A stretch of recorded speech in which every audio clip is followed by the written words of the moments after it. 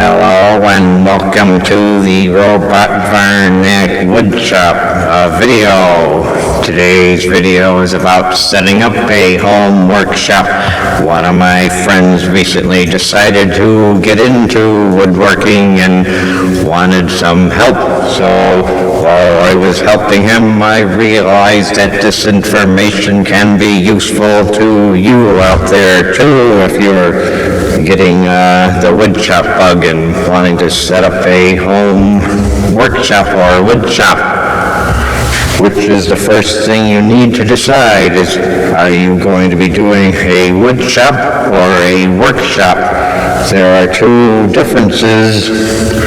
The home workshop is usually to do repairs and such around the house and fix and maintain your house or whatever temporary projects you might be working on. But a woodshop is usually used to carry on some production activity like a small factory. So before you decide, you need to know if you want to do a woodshop or a workshop. A woodshop will have more specialized tools made for working with wood, while a workshop might have all kinds of different tools for working with other items around the house, like electrical, mechanical, and stuff like that there. Another thing you need to know is, are you up to doing a wood shop? If you get sick easily or you have allergies to some of the woods out there, you might have problems with allergic reactions to wood. For example, some people break out in crazy hives and might even lose consciousness depending on what kind of wood and chemicals you're working with. So you should speak to your medical professional and see if woodworking and if your exposure to the chemicals and stuff involved is satisfactory for your health and well-being. For example, if you get dizzy and dizziness, and a lot of wood shop has sharp tools, so if you bleed easily and if you can't control bleeding and stuff like that, you might be very careful. And another important thing is the type of space you have available. How much space do you have? If you're planning a large-scale production, you might need several hundred or thousands of square feet to house the machinery and tools and processes. Or if you're going to have people working for you, you might have to have a special commercial space and permits from your municipal government. And does the space need to be heated or cooled? Or if you're going to be working in there year-round, you should have climate-controlled environment so you are comfortable working. Not only that, some of the chemicals need to be climate controlled so they don't freeze and get ruined. You want to buy all these chemicals and materials and have them freeze and become worthless. Also, there would be windows available for light and ventilation. You will want to have fresh air in your shop, so if you can stay alive, you need fresh air. A lot of the wood shop processes and chemicals need lots of fresh air and ventilation, so make sure the space you will be using has access to fresh air and ventilation. Another important thing is lighting. Will you have enough lighting to light up your work so you can see what you're doing? And accurate color-corrected lighting might be useful. So if you are painting or making a project, you want to make sure its colors and are accurate, so when you bring it into your home or to a customer, they know what they're getting. For example, if you are painting something a fire engine red and it looks gray in your shop and you bring it to the customer and it's green, you might lose the contract or not get paid for your work. Another important thing is, will you be using hand or power tools? If you're just starting out, you might want to start with hand tools to get familiar before you step up to the more dangerous power tools. Power tools save lots of time, but they're also more dangerous for newcomers if they're not familiar with their proper operation and procedures. So before you buy power tools, you should know what you're getting into and know how to use them properly and safely. And if you're at home in your shop, you might want to consider soundproofing. Will you be able to make a lot of noise? For example, if you live in a condo and you start making noise, the association will probably want to kick you out or tell you to stop that, for example. So you should consider, can you make noise? A lot of woodworking process is very noisy. For example, table saws cut wood at probably at least 100 decibels, which is probably as loud as a jet plane taking off at close range. So you should be able to know if you can make noise. Or if you're married and your crazy wife goes crazy at the drop of a hat and yells at you for making noise, you might have to find alternate space if you really want to do woodworking.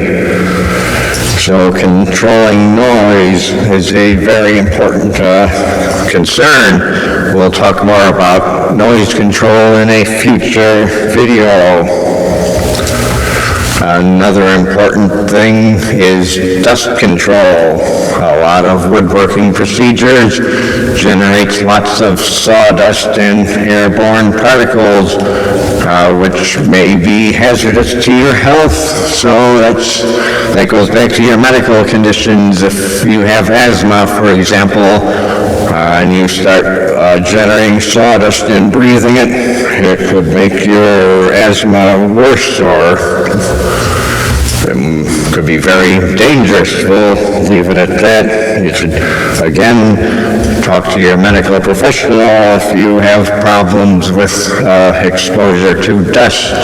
For example, here's a little dust collector here, and a large dust collector for a large factory. The little dust collector is usually used for one machine, and the big dust collector can collect dust from many machines in a large commercial factory. Another concern is, will you be standing a lot in your shop or will you be sitting down? So take that in consideration.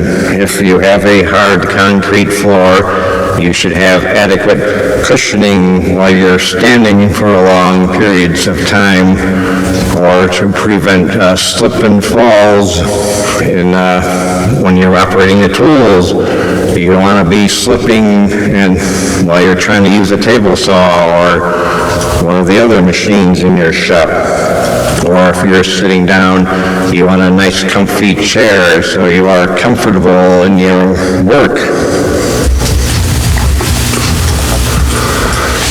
Another important thing is power. If your space has adequate power for hand tools and power tools and lighting, one good suggestion is to have separate circuits for your lighting and power tools. So if you blow a fuse or blow a breaker when you're running a machine, the lights do not go out. A regular factory will have separate power circuits for their lighting and machinery, so you're not left in the dark if one of the machines blows a fuse or blows a breaker, for example. Here's a good alternative. If you have inadequate power, you should have power failure lights in your shop. So if the lights do go out, you are not left in the dark. And if you're running heavy machinery, consider running a heavy-duty extension cord to another circuit. So if you are running a machine, the lights will stay on. If a fuse or a breaker blows the circuit with the extension cord. And another thing is, if you have young children running around in your house who might go crazy in your shop, you should consider locking up your dangerous power tools and chemicals so the children can't hurt themselves by locking up portable routers, for example, or power saws. The little curious hands can't get them and try using your power tools and causing who knows what kind of injury. Just do an internet search for woodshop injury and you will see the tragedies that have happened to others in the woodshop. So you want to keep your family safe by locking up power tools. And a lot of stationary tools have removable safety tabs in their power switches, so you should consider taking those out if you have young children who might try turning them on. Another important thing is to have fire prevention.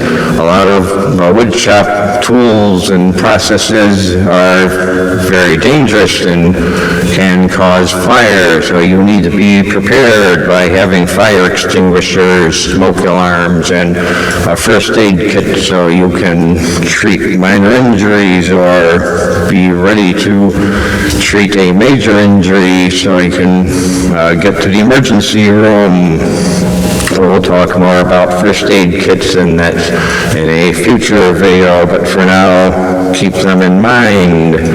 Another important thing is if your home insurance will cover a wood shop, if you get injured in a shop, for example, if your insurance company will not cover your claim, you want to check that out before getting set up. And another thing is if you have the space, can you leave your projects in process in a long time? Because if you have a regular job and you're working during the day and you might not be able to finish your projects in one day, so you want to have space where you can store work in process until you are able to finish it. So you need to know, will your project be disturbed or able to be left alone while you are working on it over many days, weeks, or even months, depending on the time you have available for your wood shop or workshop hobby. So you want to be able to leave your stuff while you're still working on it. Another important thing is having a good, sturdy workbench. Everyone who has a wood shop or even workshop needs some place where they can work on materials, items so they're within easy reach, so you can pound on them with a hammer like this person is doing in the video, or so you can lay your project out and be able to work on them. So you need a good, sturdy workbench. Try to get the most sturdy, strongest workbench you can lay your hands on, because it'll pay off in the end. Even an old, strong kitchen table might be a good choice if you're just starting out, and you can upgrade to a regular workbench like this one in the future. Another concern is maximizing storage space in your shop. Having rolling carts to move tools and materials around your shop is also useful. You don't want to be carrying heavy materials back and forth, so you can have a rolling cart that you can put heavy materials on without tiring yourself out. Or if you have a bad back like Dr. Smith, you can move materials around and safely and efficiently. Another important thing is having shelving space. For example, this shelf here on the right, you can store work in process or even tools and chemicals safely and safely. An important thing here is you'll notice these shelves are solid, so dust does not settle from one level to another. Another possibility is to have some kind of cloth or covers so you can keep work in process dust-free while you are working on it. When you're doing a lot of power sanding and cutting, you'll be amazed at the amount of dust and sawdust that will literally cover every wall and square foot of your shop space. We'll talk more about setting up shop next week, so don't forget to like and subscribe, and come again next week. I'll see you later. That's it for now. Goodbye.